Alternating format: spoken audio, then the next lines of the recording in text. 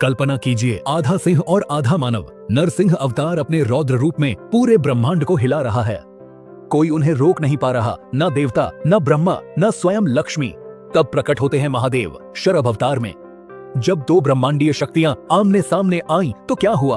कौन था अधिक शक्तिशाली, भगवान शिव या नरसिंह? आज हम आपको बताएंगे वह गुप्त कथा जो पुराणों में छुपी है, शिव और विष्णु के टकराव की वो घड़ी जिसने सृष्टि को रोक दिया था। हिरण्यकशिपु का आतंक और नरसिंह अवतार की उत्पत्ति कथा की पृष्ठभूमि में आता है एक अत्याचारी असुर हिरण्यकशिपु। वह एक शक्तिशाली दैत्यराज था जिसने ब्रह्मा जी से विशेष वरदान प्राप्त किया था कि उसकी मृत्यु न दिन में होगी, न रात में, न घर में, न बाहर, न किसी इंसान द्वारा, न किसी पशु द्वारा, न अस्त्र से और न शस्त्र से। इस वरदान ने उसे अजेय बना दिया और उसके भीतर अहंकार जन्म लेने लगा। वह स्वयं को भगवान मान बैठा और समस्त संसार से अपनी पूजा करवाने लगा। लेकिन उसकी इस सत्ता को चुनौती मिली उसके ही पुत्र प्रहलाद से, जो एक नन्हा विष्णु भक्त था। प्रहलाद की भक्ति देखकर हिरण्यकशिपु का क्रोध 7वें आसमान पर पहुंच गया और उसने प्रहलाद को बार बार मारने की कोशिश की, परंतु हर बार भगवान विष्णु ने उसकी रक्षा की। जब अत्याचार अपनी सीमा लांघ गया, तब भगवान विष्णु ने नरसिंह अवतार लिया, आधा मानव और आधा सिंह। उन्होंने हिरण्यकशिपु का वध एक ऐसे क्षण में किया जो किसी भी श्रेणी में नहीं आता था। संध्या समय एक चौखट पर अपने नखों से। नरसिंह का रौद्र रूप और देवताओं की चिंता। हिरण्यकशिपु का वध करने के बाद भी नरसिंह शांत नहीं हुए। उनका रूप अत्यंत उग्र और रौद्र था। उनके क्रोध ने संपूर्ण ब्रह्मांड को भयभीत कर दिया। देवता, गंधर्व, ऋषि मुनि सभी उनके सामने नतमस्तक हो गए। लेकिन उनका यह रूप दिन ब दिन और विकराल होता जा रहा था। भगवान विष्णु का यह अवतार जो धर्म की रक्षा के लिए आया था, अब स्वयं एक संहारक रूप में परिवर्तित हो चुका था।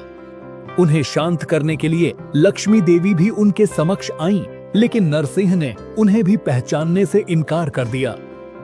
यह देखकर समस्त लोगों में भय का वातावरण छा गया। कहीं ऐसा न हो कि यह रौद्र रूप संपूर्ण सृष्टि को ही निगल जाए। जब सभी उपाय विफल हो गए, तब देवताओं ने ब्रह्मा जी से मार्गदर्शन मांगा। ब्रह्मा ने स्पष्ट कहा, इस विकराल रूप को केवल एक ही सत्ता नियंत्रित कर सकती है और वह है महादेव शिव, भगवान शिव का शरभ अवतार।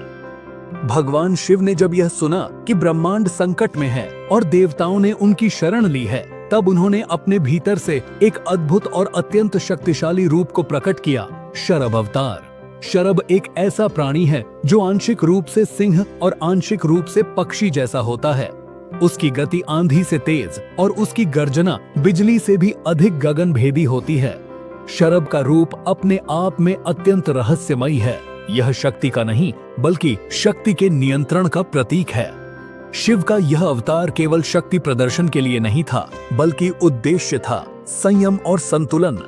उन्होंने शरभ रूप धारण करके सीधे नरसिंह के समक्ष प्रकट होने का निर्णय लिया। जब दोनों महामानव आमने सामने आए, शिव शरभ रूप में प्रकट हुए और नरसिंह के समक्ष आए। यह क्षण ब्रह्मांड के लिए ऐसा था जैसे समय थम गया हो। दो ब्रह्मांडीय शक्तियों का आमना सामना होना केवल शक्ति का प्रदर्शन नहीं, बल्कि ब्रह्मांडीय चेतना का एक अद्भुत खेल था। नरसिंह, जो अभी भी क्रोध और विकरालता में डूबे हुए थे, उन्होंने शरभ को एक चुनौती के रूप में देखा। उन्होंने दहाड़ मारी जिससे दिशाएं कांप उठीं। उत्तर में शरभ ने भी एक ऐसी गर्जना की कि आकाश, पाताल और धरती एक साथ हिल उठी। इस युद्ध में वायु रुक गई, अग्नि शांत हो गई, जल स्तब्ध हो गया। पूरा ब्रह्मांड जैसे एक अदृश्य खिंचाव में जकड़ गया था। यह कोई सामान्य युद्ध नहीं था, बल्कि दो अनंत शक्तियों के बीच चेतना का संघर्ष था। एक अनकंट्रोल्ड रेज और दूसरी कॉस्मिक डिसिप्लिन की। युद्ध और नियंत्रण की आवश्यकता नरसिंह की शक्ति में कोई संदेह नहीं था। उन्होंने धर्म की रक्षा के लिए जन्म लिया था और अधर्म का अंत किया था, लेकिन उनके भीतर का रौद्र रूप अब सीमा लांघ चुका था। शिव जानते थे कि शक्ति यदि असीमित हो जाए तो वह स्वयं ही विनाश का कारण बन जाती है। उन्होंने शरभ रूप में केवल युद्ध नहीं किया, बल्कि उस शक्ति को नियंत्रित करने की चेष्टा की जो अब अपने ही स्वरूप को भूल चुकी थी। युद्ध हुआ, गंभीर और अनंत, परंतु अंततः शिव की चेतना और संतुलन की शक्ति ने नरसिंह को शांत किया। उन्होंने नरसिंह को यह स्मरण कराया कि उनका उद्देश्य क्या था, संरक्षण न कि संहार। यह युद्ध केवल बाहरी नहीं बल्कि आंतरिक था। शिव ने नरसिंह को पुनः विष्णु रूप में आने का मार्ग दिखाया। शक्ति की तुलना, कौन अधिक शक्तिशाली? अब प्रश्न उठता है, जब शिव और नरसिंह आमने सामने आए तब कौन अधिक शक्तिशाली सिद्ध हुआ? इस प्रश्न का उत्तर केवल बाहरी परिप्रेक्ष्य में ढूंढना अनुचित होगा। शक्ति को केवल बल से नहीं, उसकी चेतना से मापा जाना चाहिए। नरसिंह भगवान विष्णु का वह रूप थे जो भक्ति की रक्षा के लिए प्रकट हुए। उनका उद्देश्य न्याय और धर्म की स्थापना था, लेकिन जब वह स्वयं अपने रौद्र रूप में बंधक बन गए तब उनके क्रोध पर नियंत्रण करना आवश्यक हो गया। उधर शिव ने अपनी शक्ति का प्रदर्शन नहीं किया, बल्कि उसकी मर्यादा और संतुलन का आदर्श प्रस्तुत किया। उन्होंने दिखाया कि सच्ची शक्ति वह होती है जो क्रोध को भी प्रेम में बदल दे। इस दृष्टिकोण से देखें तो शिव की शक्ति चेतना के स्तर पर अधिक ऊंची प्रतीत होती है, क्योंकि उन्होंने केवल युद्ध नहीं किया बल्कि ब्रह्मांड को संतुलन में रखा। आध्यात्मिक अर्थ, यह कथा क्या सिखाती है? यह कथा केवल एक पौराणिक घटना नहीं बल्कि आत्मा की यात्रा का प्रतीक है। नरसिंह उस ऊर्जा का प्रतीक हैं जो अन्याय के खिलाफ उठती है, जो धर्म की रक्षा के लिए किसी भी सीमा तक जा सकती है, लेकिन अगर वही ऊर्जा विवेकहीन हो जाए तो विनाश का कारण बन सकती है। शिव उस चेतना का प्रतिनिधित्व करते हैं जो ऊर्जा को दिशा देती है, जो क्रोध को करुणा में, युद्ध को शांति में और शक्ति को संयम में परिवर्तित कर सकती है। यह कथा हमें यह सिखाती है कि केवल शक्ति पर्याप्त नहीं होती, उसे संयम, संतुलन और विवेक की आवश्यकता होती है। जब भी हमारे भीतर क्रोध, अभिमान या असंतुलन बढ़े, तब हमें अपने भीतर के शिव को जागृत करना चाहिए ताकि हम अपनी ऊर्जा को दिशा दे सकें। पुराणों में वर्णन, इस कथा का वर्णन विभिन्न पुराणों में भिन्न भिन्न रूपों में मिलता है। लिंग पुराण में स्पष्ट रूप से वर्णन किया गया है कि शिव ने शरभ रूप में प्रकट होकर नरसिंह को पकड़ा और अपनी गोद में लेकर उन्हें शांत किया। वहीं स्कंद पुराण में बताया गया है कि नरसिंह ने शिव को प्रणाम करते हुए स्वयं अपने क्रोध के लिए क्षमा मांगी और विष्णु रूप में वापस लौटे। कुछ वैष्णव ग्रंथों में इस कथा को प्रतीकात्मक रूप में प्रस्तुत किया गया है, जहां इसे ईश्वर की आत्म परीक्षा और नियंत्रण की प्रक्रिया बताया गया है।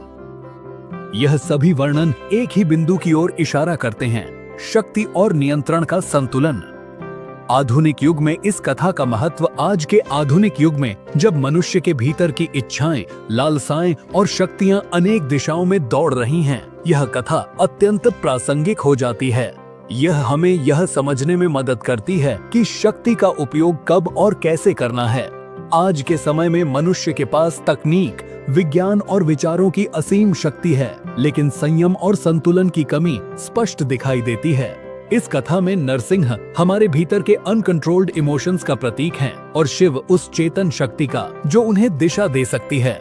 इसलिए यदि हम इस कथा को केवल पौराणिक दृष्टिकोण से न देखकर आत्मिक दृष्टिकोण से समझें, तो यह हमारे जीवन की दिशा भी बदल सकती है। तो क्या शिव नरसिंह से अधिक शक्तिशाली थे, या नरसिंह के भीतर ही शिव का रूप छुपा था? सच तो यह है कि शक्ति और संतुलन, क्रोध और करुणा जब एक साथ आते हैं तभी सृष्टि टिकती है। शिव और विष्णु अलग नहीं बल्कि एक ही ब्रह्म का दो रूप हैं। अगर आपको यह दिव्य कथा पसंद आई हो तो वीडियो को लाइक करें, चैनल को सब्सक्राइब करें और कमेंट में जरूर बताएं आपके लिए कौन अधिक प्रेरणा स्रोत है, शिव या विष्णु। हर हर महादेव। जय नरसिंह देव।